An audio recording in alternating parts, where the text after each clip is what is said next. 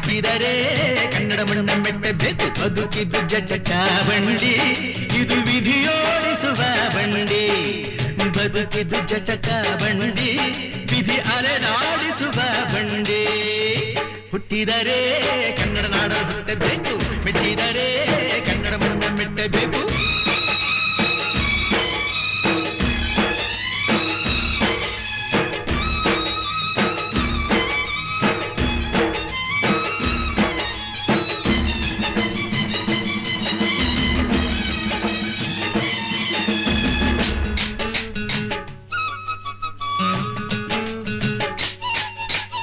ಕಾಶಿಲಿ ಸ್ನಾನ ಮಾಡು, ಕಾಶ್ಮೀರ ಸುತ್ತಿ ನೋಡು, ಜೋಗದ ಗುಂಡಿ ಬಡೆಯ ನಾನೆಂದು ಕೂಗಿ ಹಾಡು.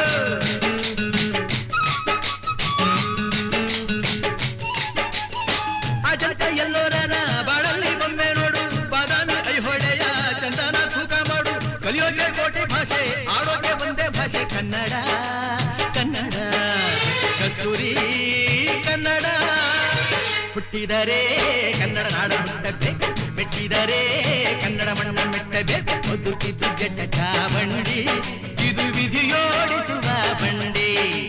ಬದುಕಿದ್ದು ಜಟಕ ಬಂಡಿ, ವಿಧಿ ಗುರಿ ತೋರಿಸುವ ಬಂಡಿ.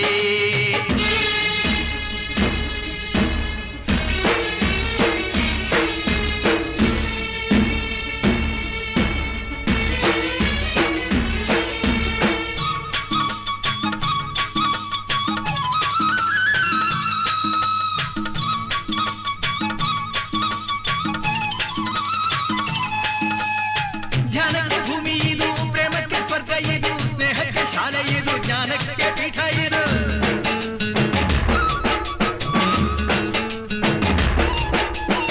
ಕಾವ್ಯಕ್ಕೆ ಕಲ್ಪ ಇದು, ಶಿಲ್ಪಕ್ಕೆ ಕಲ್ಪವಿದು, ನಾಟ್ಯಕ್ಕೆ ನಾಡಿ ಇದು, ನಾದಾಂತರಂಗವಿದು. ಕುವೆಂಪು ಬೇಂದ್ರೆಯಿಂದ ಕಾರಂತ ಮಾಸ್ತಿಯಿಂದ ಧನ್ಯವೀ ಕನ್ನಡ. ಸಾಗಿನ ಕನ್ನಡ. ಹುಟ್ಟಿದರೆ ಕನ್ನಡ ನಾಡ ಹುಟ್ಟಬೇಕು, ಮೆಟ್ಟಿದರೆ ಕನ್ನಡ ಮಣ್ಣ ಮೆಟ್ಟಬೇಕು. ಬದುಕಿದು ಜಟಕ ಬಂಡಿ, ಇದು ವಿಧಿಯೋಡಿಸುವ ಬಂಡಿ. ಬದುಕಿದು ಜಟಕ ಬಂಡಿ, ವಿಧಿ ದಡ ಸೇರಿಸುವ ಬಂಡಿ.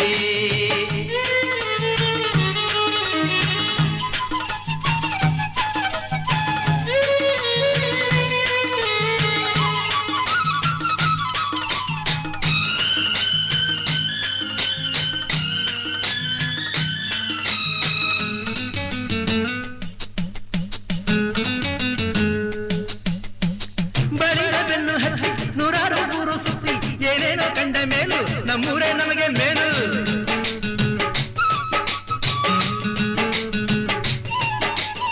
ಕೈಲಾಸ ಕಂಡ ನಮಗೆ ಕೈಲಾಸ ಯಾಕೆ ಬೇಕು, ದಾಸರ ಕಂಡ ನಮಗೆ ವೈಕುಂಠ ಯಾಕೆ ಬೇಕು. ಮುಂದಿನ ನನ್ನ ಜನ್ಮ ಬರೆದಿಟ್ಟನಂತೆ ಬ್ರಹ್ಮ ಇಲ್ಲಿಯೇ ಇಲ್ಲಿಯೇ, ಎಂದಿಗೂ ನಾನಿಲ್ಲಿಯೇ. ಹುಟ್ಟಿದರೆ ಕನ್ನಡ ನಾಡಲು ಹುಟ್ಟಬೇಕು, ಮೆಟ್ಟಿದರೆ ಕನ್ನಡ ಮಣ್ಣ ಮೆಟ್ಟಬೇಕು. ಬದುಕಿದ್ದು ಜಟಕ ಬಂಡಿ, ಇದು ವಿಧಿಯೋಡಿಸುವ ಬಂಡಿ. ಬದುಕಿದ್ದು ಜಟಕ ಬಂಡಿ, ವಿಧಿ ದಡ ಸೇರಿಸುವ ಬಂಡಿ.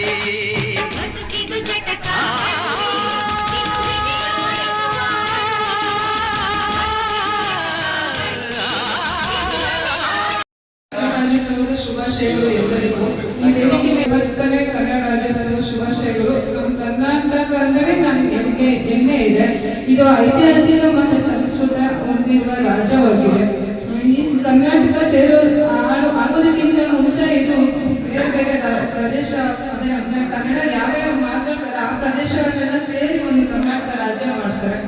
ಆಮೇಲೆ ಇವಾಗಿನ ಹೈದರಾಬಾದ್ ಕರ್ನಾಟಕ ಏನಿದೆ, ಅವರು ಮೈಸೂರು ರಾಜ್ಯ ಆಗಿದ್ದಾರೆ. ಕರ್ನಾಟಕ ರಾಜ್ಯ ಆಗೋದಕ್ಕಿಂತ ಮುಂಚೆ ಅವ್ರಿಗೆ ಇಷ್ಟ ಇರೋದಿಲ್ಲ, ಮೈಸೂರು ರಾಜ್ಯ ಆಗಿರೋದಿಲ್ಲ.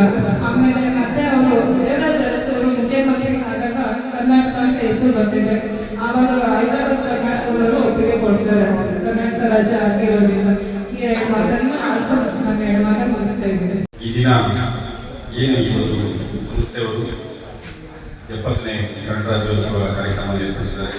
ಸಭೆಯಲ್ಲಿ ಆಗಮಿಸಿರುವ ಮಾಜಿ ಅಧ್ಯಕ್ಷರಾದ ಸದಸ್ಯರೇ, ಈ ಸಂಸ್ಥೆಯ ಸಂಸ್ಥಾಪಕರೇ, ಕಟ್ಟಡ ಮಾಲೀಕರೇ ಮತ್ತು ಕಾರ್ಯದರ್ಶಿಗಳ ಎಲ್ಲ ಇಲ್ಲಿ ಸಿಬ್ಬಂದಿಗಳಿದ್ದಾರೆ ಮತ್ತು ಮಕ್ಕಳ ತರಬೇತುದಾರರು, ನೋಡಿ ಈಗ ಮೇಡಮ್ ಅವರು ಹೇಳಿದ್ರು ಯಾವ ಥರ ಕನ್ನಡ ರಾಜ್ಯೋತ್ಸವ ಏಕೆ ಆಚರಣೆ ಮಾಡಬೇಕು ಅಂತ.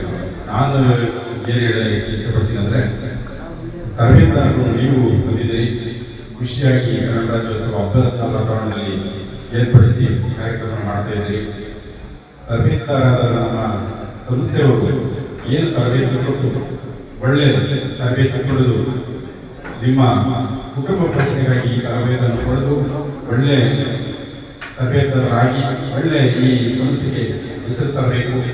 ಮತ್ತು ಇಲ್ಲಿ ಶಿಕ್ಷಕರಾಗಿ ಬಂದಿರುವ ಎಲ್ಲ ಆತ್ಮೀಯರು ನೀವು ಅಷ್ಟೇ ನಿಮ್ಮ ಏನು ತರಬೇತಿ ಅವರಿಗೆ ನಮ್ಮ ಸಂಸ್ಥಾಪಕರು ಅಂದರೆ ಈಗ ನಮ್ಮ ಪ್ರಾಂಶುಪಾಲರು ಅವರಿಗೆ ಒಳ್ಳೆಯ ಹೆಸರು ತರಬೇಕಂದ್ರೆ ನೀವೇ ಕಾರಣ. ಒಳ್ಳೆ ತರಬೇತಿ ಕೊಟ್ಟು ಅವ್ರನ್ನೂ ಸಹ ಒಳ್ಳೆ ತರಬೇತಿ ಮಾಡುವ ಜವಾಬ್ದಾರಿ ಮುಂದಿರ್ತದೆ.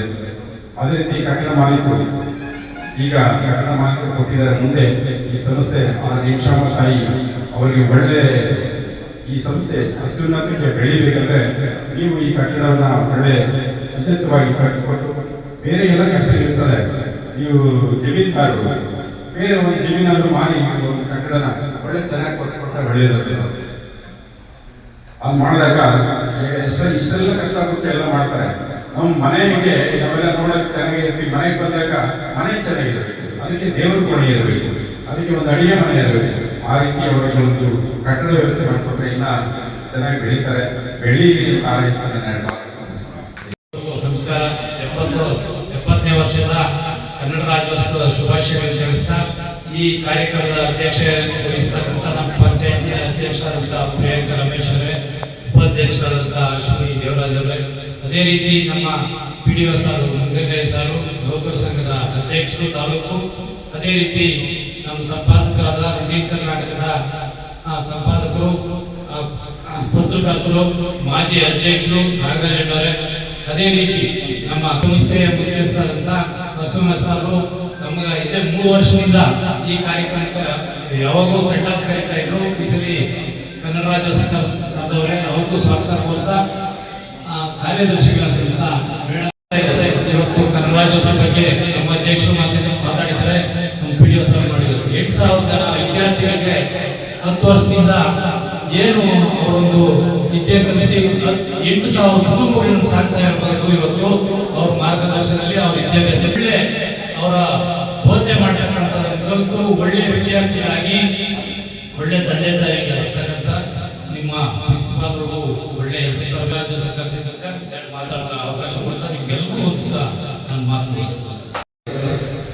ವೇದಿಕೆ ಮೇಲೆ ಇರ್ತಕ್ಕಂಥವರಿಗೂ ವಂದಿಸುತ್ತಾ, ಹಾಗೂ ಈ ಶಾಲೆಯ ಸಂಸ್ಥಾಪಕರು, ಕಾರ್ಯದರ್ಶಿ, ಸಿಬ್ಬಂದಿ ವರ್ಗ ಹಾಗೂ ವಿದ್ಯಾರ್ಥಿಗಳಿಗೆ ನಮಿಸುತ್ತಾ, ವಿದ್ಯಾರ್ಥಿಗಳೇ, ನಿಮ್ಮ ಮನೆಯಲ್ಲಿ ಯಾವ ಭಾಷೆ ಆದರೂ ಮಾತಾಡಿ, ಹೊರಗಡೆ ಬಂದಾಗ ಕನ್ನಡವನ್ನಾಗಿ ಮಾತಾಡಿ, ಕನ್ನಡನೇ ಬೆಳೆಸಿ, ನೀವೆಲ್ಲರೂ ಸಾಹಿತ್ಯ ಪರಿಷತ್ತಲ್ಲಿ ಸದಸ್ಯರಾಗಬೇಕು. ನಿಮ್ಮ ಪ್ರಾಂಶುಪಾಲರಿಗೆ ನಾನು ಅದು ಕಳಿಸಿದ್ದೀನಿ, ದಯವಿಟ್ಟು ನೀವೆಲ್ಲರೂ ಸದಸ್ಯರಾಗಿ.